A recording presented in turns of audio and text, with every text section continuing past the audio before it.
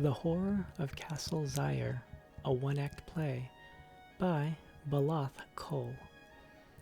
Dramatis Personae.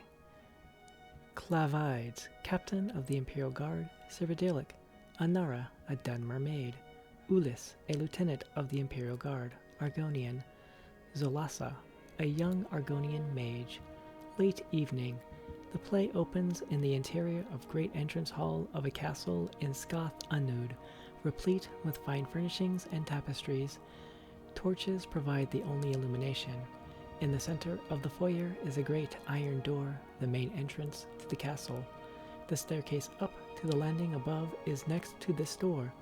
On stage left is the door to the library, which is currently closed. On stage right is a huge suit of armor, 20 feet tall, nearly touching the ceiling of the room. Though no one can be seen, there is the sound of a woman singing coming from the library door. A loud thumping knock on the iron front door stops the woman's singing. The door to the library opens, and Anara, a common-looking maid, comes out and hurries to open the front door. Clavides, a handsome man in imperial garb, stands there. Anara, good evening to you, Sir Jo. Clavides, good evening. Is your master at home? Anara, no, Sir Jo. It's only me here. My master Sedura Kenna Telvanni Horadolf Xyr is at his winter estate. Is there something I can do for you? Clavides, possibly. Would you mind if I come in? Anara, not at all, Sir Jo. Please, may I offer you some flin? Clavides comes into the hall and looks around. Clavides, no thank you. What's your name? Anara. Anara Sir Jo. Clavides, Anara, when did your master leave Scath Anud? Anara, more than a fortnight ago. That's why it's only me in the castle, Sir Jo. All the other servants and slaves who tend to his lordship travel with him. Is there something wrong? Clavides, yes, there is. Do you know an Ashlander by the name of Sol Carifa? Anara, no, Sir Jo. I don't know no one by that name. Clavides, then you aren't likely to now. He's dead. He was found a few hours ago, dying of frostbite in the Ashlands. He was hysterical, nearly incomprehensible. But among his last words were Castle and Xyr. Anara, dying of frostbites in summertide in the Ashlands? Bevek, that's strange. I suppose it's possible that my master knew this man, but being an Ashlander and my master being of the house Telvanni, well, if you'll pardon me for being so flippant, Sir Jo, I don't think they could have been friends. Clavides, that is your master's library? Would you mind if I looked in? Anara, please, Sir Jo, go wherever you want. We got nothing to hide. We're loyal imperial subjects. Clavides, as I hear, are all Telvanni. Note from the playwright, this line should be delivered without sarcasm. Trust the audience to laugh. It never fails, regardless of the politics of the locals. Clavides enters the library and looks over the books.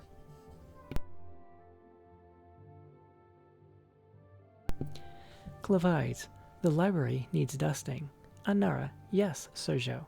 I was just doing that when you knocked at the door. Clavides, I'm grateful for that. If you had finished, I wouldn't notice the space in the dust where a rather large book has recently been removed. Your master is a wizard, it seems. Anara, no, Sir Jo. I mean, he studies a lot, but he don't cast no spells, if that's what you mean by wizard. He's a Kenna, went to college and everything. You know, now that I think about it, I know what happened to that book. One of the other Kennas from the college been round yesterday and borrowed a couple of books. He's a friend of the master, so I thought it'd be all fine. Clavides, this Kenna, was his name Warvim? Anara, could have been. I don't remember. Clavides, there is a suspected necromancer at the college named Kenna Warvim. We arrested last night. We don't know what he was doing at the college, but it was something illegal. That's for certain. Was that the Kenna who borrowed the book? A little fellow, a cripple with a withered leg? Anara, no, Sir Jo. It weren't the Kenna from yesterday. He was a big fella who would walk, so I noticed. Clavides, I'm going to have a look around the rest of the house, if you don't mind. Clevides goes up the stairs and delivers the following dialogue from the landing and the rooms above. Anara continues straightening up the downstairs, moving a high-backed bench in front of the armor to scrub the floor. Anara, can I ask Sergio what you're looking for? Maybe I could help you. Clevides, are these all the rooms in the castle? No secret passages? Anara, laughing. Oh, Sergio, what would Sedura Kenna Telvani Hordolf Xyr want with secret passages? Clevides, looking at the armor. Your master is a big man. Anara, laughing. Oh, Sergio, don't tease. That's giant armor, just for decoration.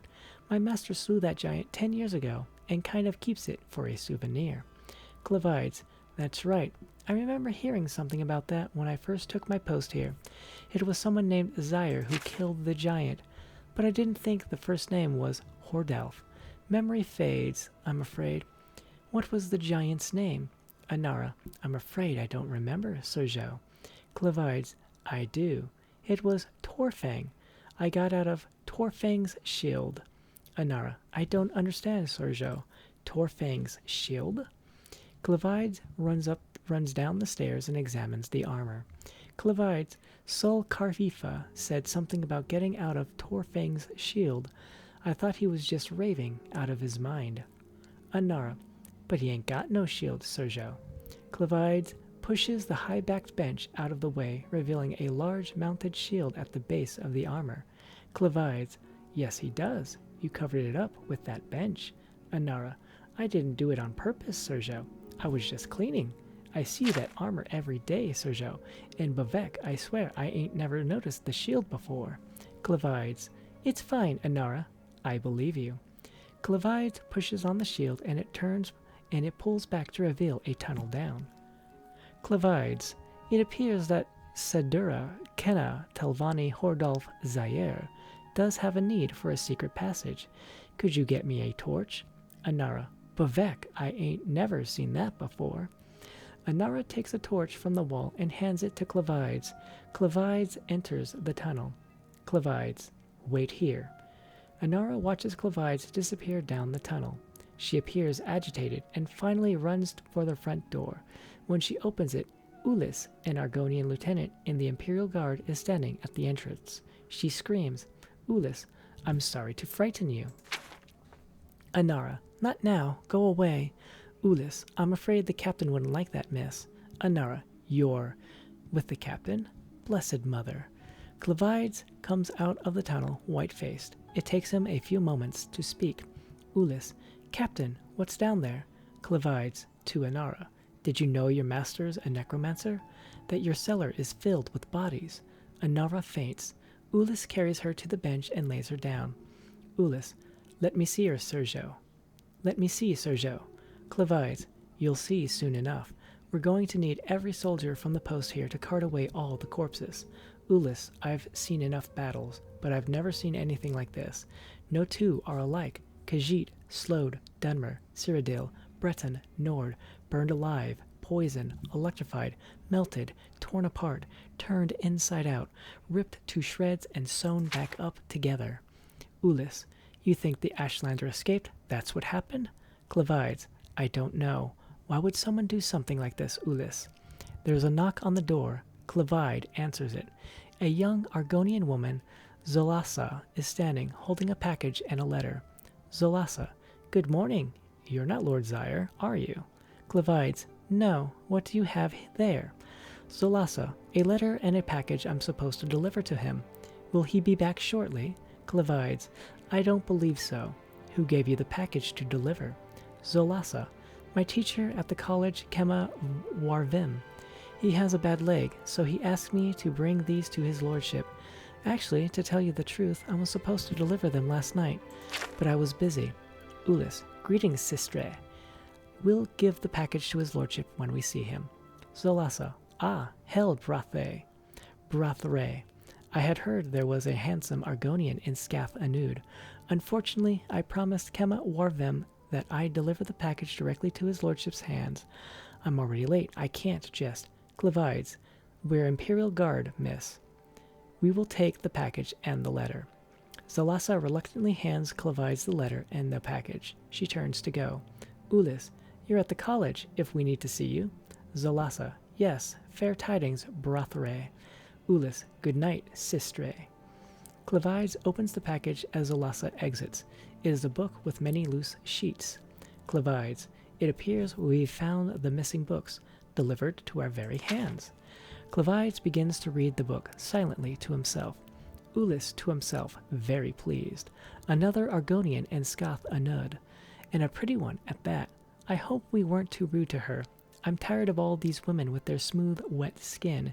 It would be wonderful if we could meet when I'm off duty. While Ulis talks, he opens the letter and reads it. Ulis continued, she looks like she's from the south, like me. You know, Argonians from northern Blackmarsh are much less. Ulis continues reading, transfixed by the letter. Clavides skips to the back of the book and reads the last sentences. Clavides, reading. In black ink, the Gajiti male showed surprisingly little fortitude to a simple lightning spell, but I've had interesting physiological results with the medium-level acid spell cast slowly over several days. In red ink on the margins. Yes, I see. Was the acid spell cast uniformly over the entire body of the subject?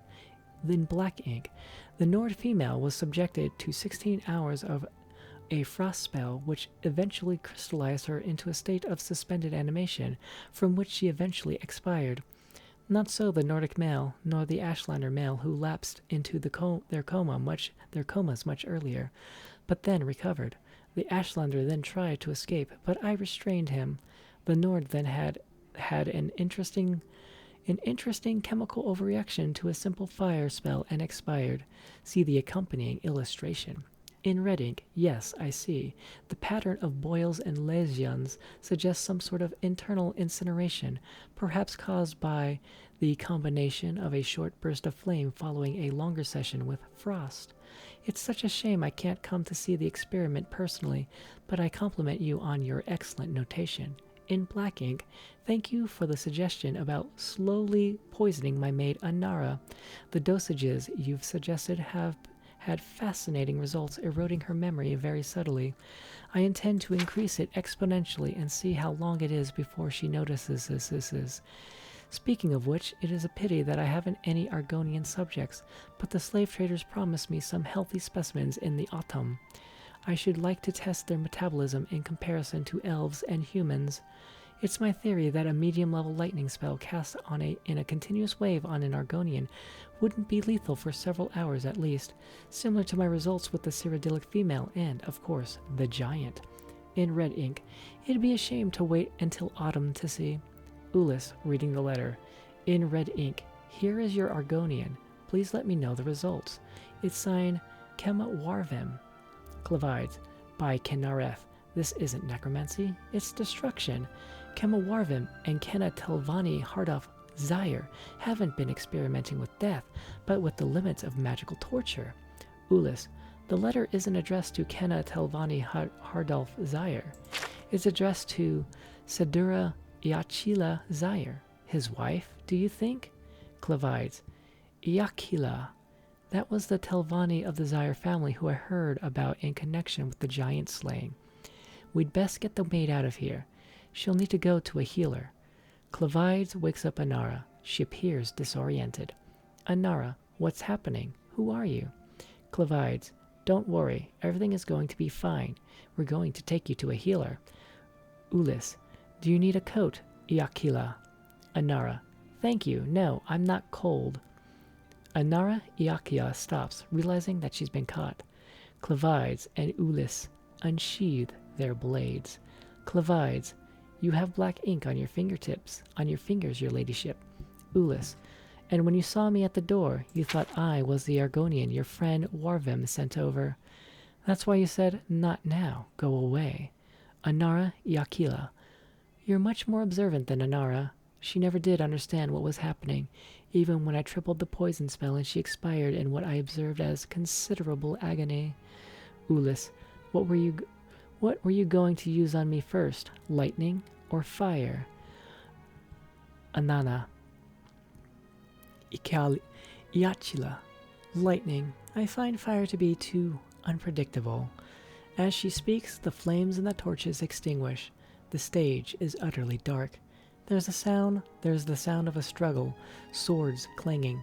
Suddenly, a bolt of lightning flashes out, and there is silence.